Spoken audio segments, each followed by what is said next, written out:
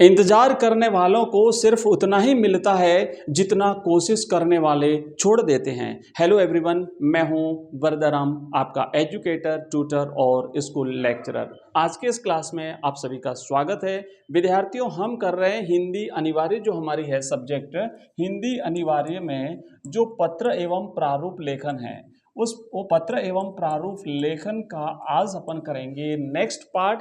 पिछले वीडियो में हमने अधिसूचना लेखन जो है वो समझ लिया था, और फिर भी अगर अधिसूचना लेखन में किसी को डाउट रहा हो तो मैंने पहले भी कहा था, कमेंट बॉक्स में कमेंट कर दीजिएगा। आज की क्लास में हम पढ़ेंगे विज्ञप्ति लेखन। हमारे जो 5 प्रारूप हैं, उन 5 प्रारूपों में सबसे इजी अगर कोई चीज़ है, 5 प्रारूपों में सबसे इजी, सबसे सरल अगर कोई प्रारूप है तो वो है विज्ञप्ति का प्रारूप। कंप्लीटली देखिएगा, कोई भी आपका डाउट नहीं रहेगा, और मेरी पूरी गारंटी है कि मैं कंप्लीटली आपका ये जो है वो टॉपिक आपको अच्छी तरह से समझा दूंगा। चलिए शुरू करते हैं।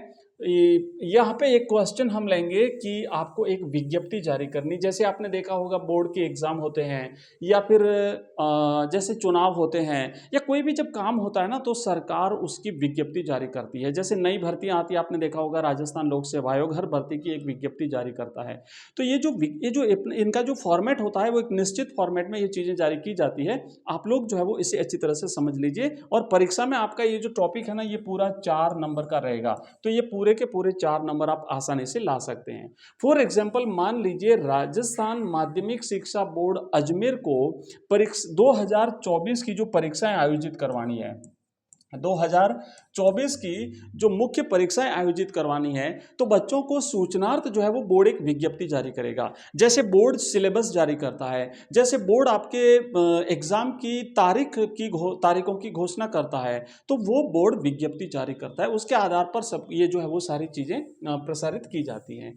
तो देखो, हमारे पास एक एग्जाम्पल लेंगे हम विज्ञप्ति का, कि माध्यमिक शिक्षा बोर्ड जो है आपका, माध्यमिक शिक्षा बोर्ड परीक्षाएं 2024 आयोजित करने जा रहा है।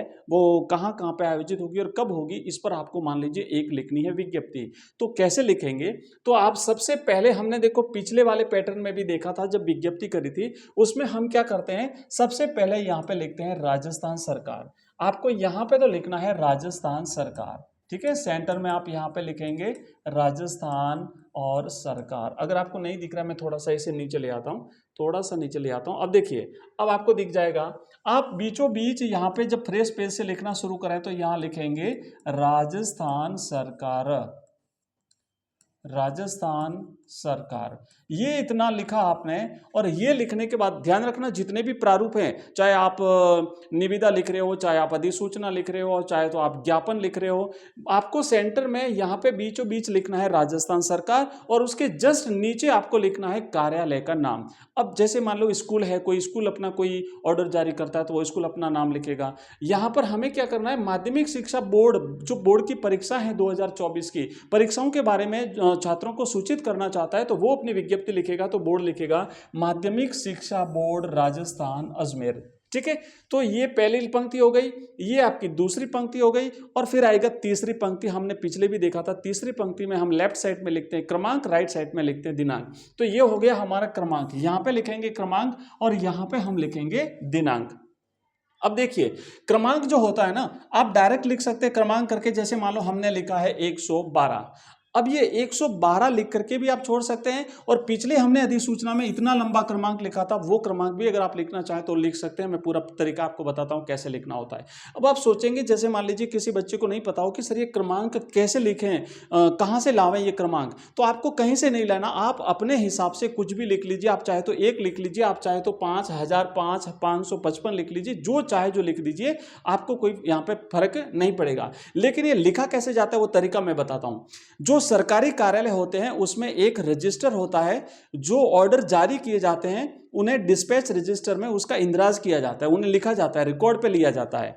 तो जो क्रम संख्या होती है ना, कि भाई हमने दिनांक यहाँ पे तारीख वाइज उसमें जो भी ऑर्डर निकलते हैं वो रहते हैं क्रम से 1 2 3 ऐसे, ये साल भर होता है, ये सत्र वाइज चलता है। जैसे 17 2023-24 है, तो 2023-24 में हमने 1 से शुरू किया, और ये मान लो जैसे कि 5000 पे पहुंचा, यानी उस सत्र में उस कार्यालय ने 5000 ऑर्डर जारी किए। तो ये जो विज्ञप्ति आप जारी कर रहे हो, ये क्रम के हिसाब से कौन से नंबर पे है, जैसे कि ये 112 पे है तो हमने ये 112 लिख दिया। अब इसको हम विस्तार से लिखेंगे कि पूरा हम जैसे लिखना चाहे तो कैसे लिखे, तो उसका तरीका ये होता है कि जो भी कार्यालय ये ऑर्डर जारी करता है वो कार्यालय, उस कार्यालय का जो नाम होता है उस नाम का पहला पहला अक्षर लिया जाता है। जैसे माध्यमिक है तो इसका हम लेंगे माँ, मैं यहाँ पे अलग से लिखता हूँ, जैसे यहाँ पे क्रमांक हम लिखेंगे, अगर हम पूरा लिखना चाहें तो हम लिखेंगे क्रमांक और यहाँ पे लिखेंगे माँ, उसके बाद शिक्षा है तो शिक्षा का लिखेंगे सी, उसके बाद बोर्ड है तो बोर्ड का लिखेंगे बो, माँ सी बो, और इनको एक ही लाइन से इनको जो है वो लिखा जाता है, बीच में गैप नहीं छोड़ना है, पॉइंट डॉट नहीं लगाना है, ठीक है, एक लाइन खींची जाएगी, माँ सी बो लिखा हमने। उसके बाद हमें क्या करना है, उसके बाद एक स्लैश ऐसे तिरछी एक लाइन खींचनी है, और चूंकि ये अजमेर में है तो यहाँ पे हम लिखेंगे अज, आप चाहो तो अज लिखो या चाहो तो पूरा भी लिख सकते हो अजमेर। उसके बाद हम क्या करेंगे कि ये परीक्षाएं 2023-24 का सत्र है तो हम यहाँ पे लिखेंगे 2023 और 24, और फिर हम स्लैश करेंगे और फिर लिखेंगे जैसे ये क्रम संख्या 112 ये आएगी, अब यहाँ पे 112। तो इस तरीके से ये लिखा जाता है, पूरा का पूरा जो इसका क्रमांक होता है वो ऐसे लिखा जाता है। अब यहाँ पे लिखेंगे राइट हैंड साइड में दिनांक, और दिनांक अगर दी हुई तो नहीं रहती है वैसे, तो जिस तारीख को आपका एग्जाम हो रहा है, जिस तारीख को आपकी परीक्षा है वो आप यहाँ पे लिख दीजिएगा।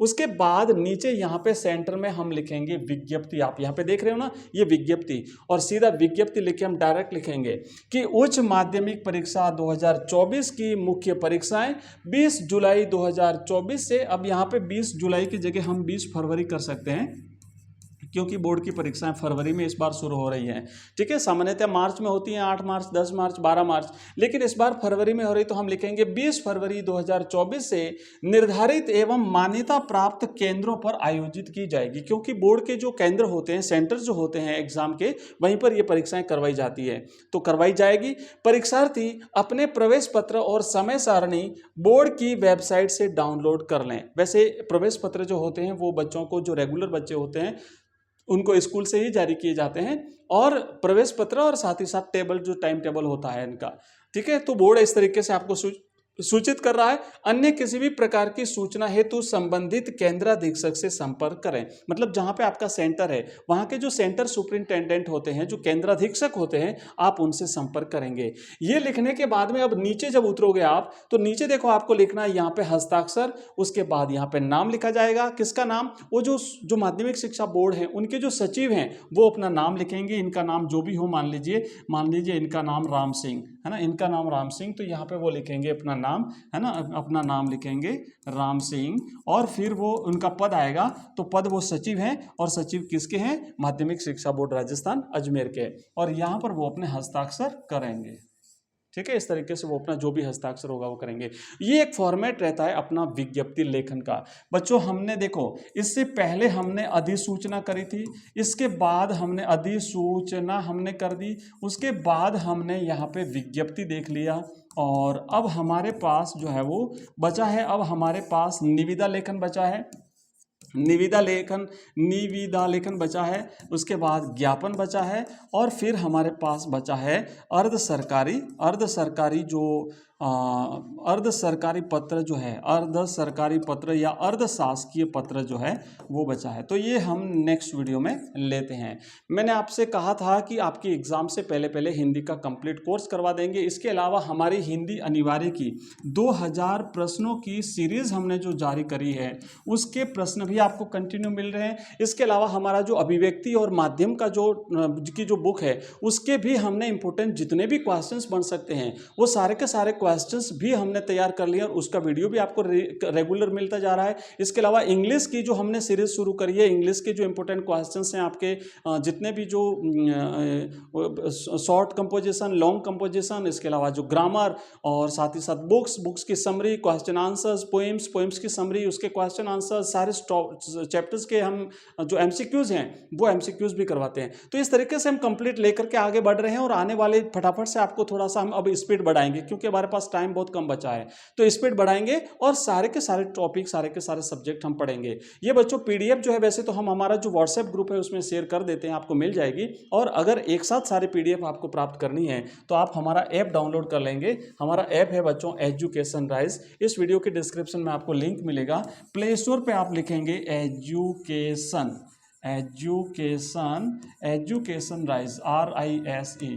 तो यहाँ पर आपको हमारा ऐप मिलेगा, उस ऐप को डाउनलोड कर लीजिए। वहाँ पे सब्जेक्ट वाइज हमने सारे कोर्सेज बना रखे हैं और पूरा कोर्स आपको मात्र 99 रुपये में हम दे रहे हैं। मॉडल पेपर्स हमने बनाए 10-10 मॉडल पेपर्स मात्र 29 ओनली 29 रुपये में हम आपको दे रहे हैं। इसके अलावा हमारी 2000 प्रश्नों की सीरीज हिंदी साहित्य और हिंदी अनिवार्य की है, 5-5 हजार प्रश्नों की सीरीज हमारी हिस्ट्री और पॉलिटिकल साइंस की है। ये सारे सब्जेक्ट, सारे टॉपिक, ऑनलाइन टेस्ट सीरीज सब कुछ हमारे ऐप में मिलेगा।